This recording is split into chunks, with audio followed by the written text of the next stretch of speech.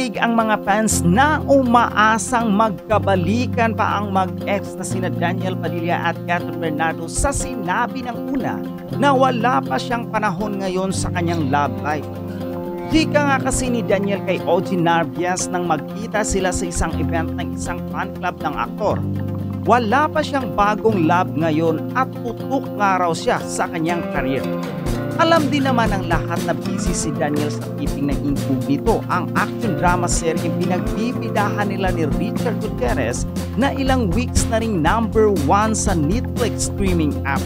So dahil tutok nga sa kanyang career si Daniel, ang tanong ngayon ng mga fans ay kung umaasa pa raw ba siya ng balikan with Catherine Bernardo. Kung matatandaan, simula nang in-announce nila noong November 30, 2023 na hiwalay na sila, may mga pilit na inilink kay Daniel at may mga naglabasan din pangalan ng ligaw kay Catherine.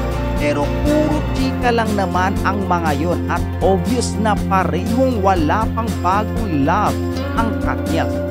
Pero yun nga, ang loyal fans nila Daniel at Catherine ay umaasang in the future ay may balikang magaganap sa kanila. Marami rin namang dating magjowa na naghihiwalay at nagkabalikan. Isa sa good example ay si Maja Salvador at Rambo Nunez na ang tagal ding naghihiwalay at nang magkabalikan ay nauwi nga sa kasalan at ngayon ay may anak na rin. So ang loyal Katniel fans may ganoong dilulo na sana nga kahit nauwi sa hiwalayan sina Daniel at Catherine ay pwede pa silang magkabalikan in the future. Pwede naman daw hindi agad-agad at baka some years from now ay sila rin pala ang itinadhana sa isa't isa. Ex at present GF. Oh, ni Alden nagsama sa binyag. Sa binyagan, bet nyo ba ang Love Triangle movie? Papost naman ng picture, Maria Marida, di ka nagpo-post ng picture, Parang, di ko pinost yung food truck, ano ba yan? Pero gusapan namin. Parang ano tawag dito? Parang si main lang yan sa binyagan actually. At oo nga, kaya cute lang yung bakit GL? Girlfriend. Girl na friend. Kasi baka never naman silang naging sila. Baka sabihin naman ng mga dilulo ng mga ng mga aldag. Ako sanay na ako ng sabihin lahat confirm. Na binibira-bira na ganyan. Ayan, pero cute, no? Oo nga. Ganyan palang usong outfit ngayon. Nakita mo yung outfit nila. Ang tawag dito, haltered ang tawag dyan. Haltered? May age? Ang altered kasi ay altered. So haltered, di ba? Haltered ba? Hindi ko alam sa'yo. Oo, haltered yata tawag dyan. Yung altered kasi parang pinaayos mo na. Kala ko parang jumpsuit. Jumpsuit. Hindi, parang two-piece yung kay Maine eh. May sinturera.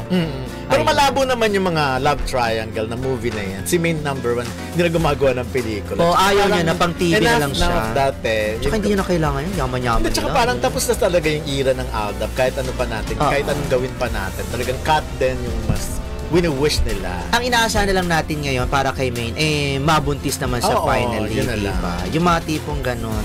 So, kung magkakaroon man ng movie in the future at pumayag naman si Maine na magsama sila, yung matatanda. Yes, magsama sila, mag-triangle sila. Naku, baka magbakbakan tong mga ito. Kumbaga parang mga level na dapat. Ang mga fans Aldab at saka Katniel, baka magbakbakan yung mga. Pero syempre, well, tingnan natin. Pero maganda rin naman, Maganda. Maganda rin maglalaro yung isip mo. Kaya lang, syempre, nandun pa ba yung, alam naman natin, si Maine ay kay Arjo Atayde na. So, siguro lang for the sake of, yung parang for once, ma-experience nating mapanood yung ganong pelikula. Tsaka parang ibinibigyan na ni Maine kay Arjo yung showbiz eh. Parang actually, si Arjo si Maine ay tumitigil lang eh. Wala na siya masyadong ganun. Para lang masabi na visible siya, tsaka para lang may ibang pinagkakaabalahan. Parang si Maine more on business niya and at the same time mas looking forward siya sa pagta-travel nila ni Arjo. Yun ang hindi. Siguro meron siyang inaasikaso na business din ni Arjo kasi siya na yun eh. Oo. May business ba si Arjo? Meron din naman. Pero si Maine may sarili siya, di ba? Oo, meron. Kung ano yung meron si Alden noon, meron din si Maine noon. May branch din. Ay, sandali. Kahapon nga pala, Sunday, nakita ko yung picture na nag-jogging si Kim, si Paolo, and the rest with Alden. Paano nga yung sinend kong picture, Ay na ba yan? Hindi, wala. Kaya lang kahapon kasi, oo eh. Ayun, no. Bongga, di ba? So ito, grupo ito nila, ano. Hindi kasi andun yung coach nila eh, no? Hindi ko lang masabi kung ito ba ay para sa isang event o para lang sa grupo nila o sa isang coach na iisa ang kanilang coach, ganyan. May morning run and sa bagay. Pero hindi naman sila naka-t-shirt ng event eh. Siguro para siguro nag-organize lang itong coach parang nila. Parang kasi yung coach nila, yung nasa likod, banda likod ni Paolo, di ba si Paolo yung nasa gitna, si Kim yung banda dito eh. Eto si Kim, di ba? Nasa gilid. Nasa gilid, si Paolo nasa gitna, si Alden yung 1, 2, 3 mula dito sa ano. Ayan. Yung pinaka yung colorful din yung shoes. Yan. Ayan. Siguro nga, nag-organize na siguro sa sa Laguna. Parang Laguna, no? Okay. Baka siguro nag-organize sila na... Hindi ko na alam kung anong location, pero nakakatuwa lang kasi syempre wish din nila na sana si Catherine kasama rin sa ganyan, di ba? Si Catherine din tumatakbo eh. Tumatakbo din, Hindi tumatakbo. Tumakbo nga yun sa Antipolo sa Marikina, di ba? Silang dalawa ni Jericho. Hindi tumakbo siya, pero tumatakbo siya, pero hindi siya regular. Hindi katulad ni Kim. Ang takbo ni Catherine ay sa bahay. Treadmill. Diba sa treadmill? Pero sana, dati nga si Kim gano'n yung treadmill. Maingganyo rin ni Alden. Total, iba kasi ang exposure pag nasa labas ka. Alam mo yun. Kasi pag nagte-treadmill ka sa bahay, okay lang. Pero pag tumatakbo ka talaga like sa Marikina Sports Complex, ibang feeling. Doon nga diba na-chismis na baka nga silang dalawa ni kasi nag-start. Pero hindi naman pala. Kasi si naman, malapit lang naman doon. Diba may bahay sila doon. Oo, sa pala si Catherine sa Tivoli. Oo! Talaga ba? Sa Tivoli Gardens pala siya, sinabi ko na. Kaya... Hindi kasi may nakausap ako na kaibigan. Yun lang, sasasabi ko sa'yo. Meron kasi akong kaibigan. Saan na yan, banda? Oo. Saan nga yung... Dito, basta sa ano? Saan nga yung Tibash na yan? Ang tawag kasi sa mga gano'n. Tivoli. Tivoli. Hindi, meron akong kaibigan, kagabi kasi, nung Saturday kasi, na may nag-birthday nito, sakit ako yung kaibigan ko na nayayamanin. Na ganyan. Tapos sabi niya ganon, kapitbahay ko nga si Catherine. Sabi niya, tinalbugan niya yung laki ng bahay ko, ha? Talaga. Sabi niya ganon. Sabi ko, ay, bongga ka. Oo nga. Tapos, niyaya niya nga akong pumunta sa bahay nila. Ako, okay. Gusto ko sana itanong sa kanya, totoo ba yung Daniel Padilla na pupunta-punta doon? Pero siyempre, wala naman siyang alam doon. Kasi social mo na lang din yung ganon. Kung pwede ba talagang pumasok any moment, anytime sa Oo naman, kung ako. Diyos ko. Pwede ka pumasok sa Shibuli? Oo, Shibuli. Shibuli Gardens.